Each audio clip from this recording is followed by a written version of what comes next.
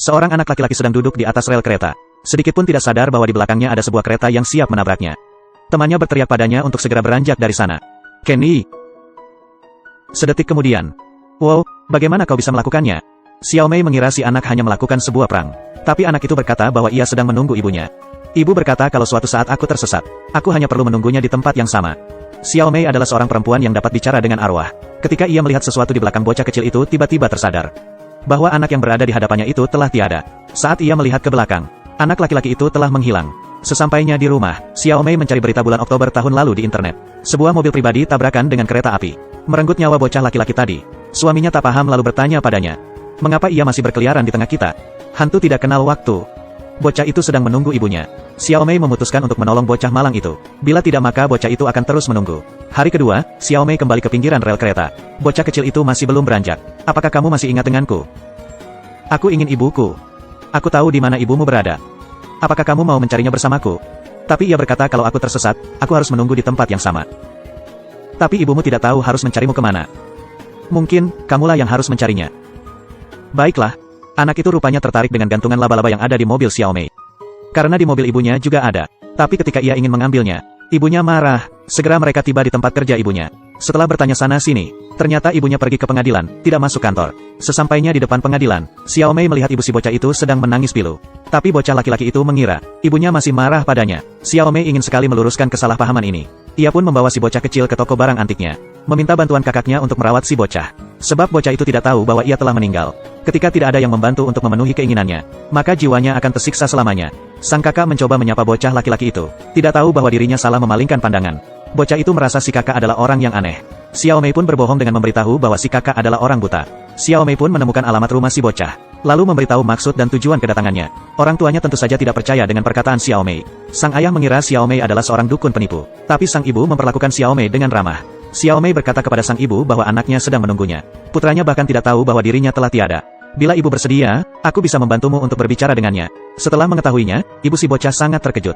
Namun ia malah menolak bantuan Xiao Mei, karena ia tidak berani lagi untuk berurusan dengan kejadian yang menyayat perasaannya itu. Xiao Mei hanya bisa meninggalkan kartu namanya, pergi dengan putus asa. Sesampainya Xiao Mei di rumah, ia sedang makan malam bersama keluarga. Tiba-tiba televisi di ruang tamu menyala. Setelah Xiao Mei melihat si bocah, ia memperkenalkan suaminya kepadanya, dan menyuruh suaminya untuk menyapa si bocah. Hai, Kenny. Hai. Pagi hari kedua, ayah si bocah pergi ke toko antik Xiao Mei. Dia memperingati Xiao Mei agar tidak mengusik keluarganya. Sejak kedatangannya di hari itu, istrinya terus menangis. Ia mengira Xiao Mei telah memanfaatkan orang yang telah meninggal untuk menipu. Kemudian sang ayah pergi dengan amat marah. Saat itu, teman si bocah datang ke toko antik. Ia memberitahu Xiao Mei, dirinya tidak akan pergi bermain lagi di sekitar rel kereta. Karena ibunya berkata, bocah laki-laki itu sudah tiada. Tapi bocah itu menentangnya berkata, aku sangat nyata. Tidak. Ibuku berkata kamu hanya makhluk yang muncul di imajinasiku saja. Keduanya pun bertengkar hebat. Bocah itu menyuruh Xiao Mei untuk membuktikan bahwa dirinya itu nyata. Tanpa menunggu Xiao Mei berbicara, bocah itu kembali berkata, aku bukanlah hantu. Xiao Mei segera keluar mengejarnya. Setelah sekian lama mencari akhirnya menemukan bocah itu. Xiao Mei bertanya kepadanya, apakah kau tahu arti dari meninggal? Kura-kura peliharaanku meninggal. Ketika aku terbangun, ia sudah menghilang. Ketika aku mencarinya, ayah berkata bahwa ia telah meninggal. Lalu ia membuang kura-kura itu. Bahkan aku belum mengucapkan salam perpisahan padanya. Apakah aku juga bisa terlupakan seperti kura-kura itu? Tidak, semua orang mengingatmu. Apakah aku sudah tidak bisa melihat mereka semua? Ayahku, ibuku, dan adik perempuanku. Kamu punya kesempatan untuk mengucapkan salam perpisahan kepada mereka.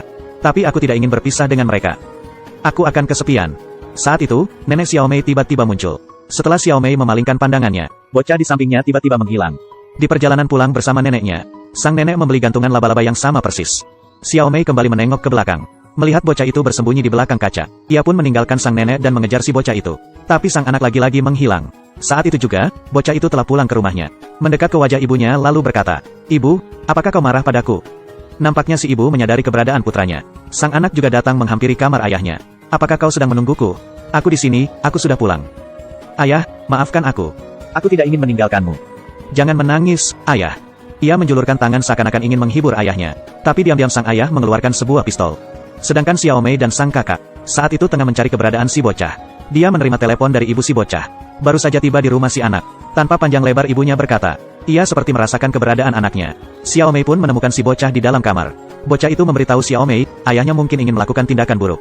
Namun ibu si bocah berkata, suaminya telah pergi 10 menit lalu. Xiao Mei pun bertanya tentang kronologi kejadian di tahun itu.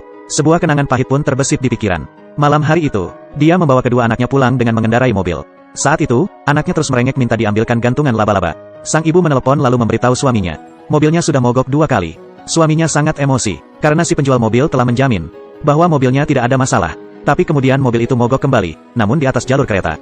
Mendengar alarm bahwa sebentar lagi kereta akan melintas, sang ibu segera membawa turun putranya dari mobil, dan juga menggendong putrinya lalu kabur. Namun ketika ia melihat ke belakang, ternyata putranya kembali masuk ke dalam mobil, pergi mengambil gantungan laba-laba tadi. Kenny. Setelah mendengar kronologi kejadian itu, Xiao Mei mengambil kesimpulan bahwa sang ayah pasti pergi mencari si penjual mobil untuk balas dendam. Kemudian, bocah itu menemukan ayahnya. Ayah, sudah jangan marah. Mari kita pulang, oke. Sang ayah turun dari mobil, lalu bertarung dengan si penjual mobil keparat itu. Beruntung Xiao Mei dan suaminya datang tepat waktu, pergi mencegah tindakan ayah si bocah itu.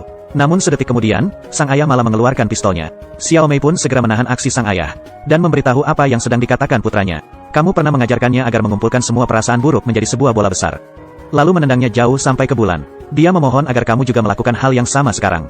Mendengar itu semua, sang ayah menangis sambil menurunkan pistolnya. Sang anak berlari ke arah ayahnya lalu memeluknya. Semuanya akan baik-baik saja, ayah. Semuanya akan baik-baik saja. Tak lama kemudian Xiao Mei membawa bocah itu pulang ke rumahnya, dan mengucapkan salam untuk terakhirnya kepada sang ibu. Xiao Mei memberitahu sang ibu, putranya sekarang dapat pergi dengan tenang.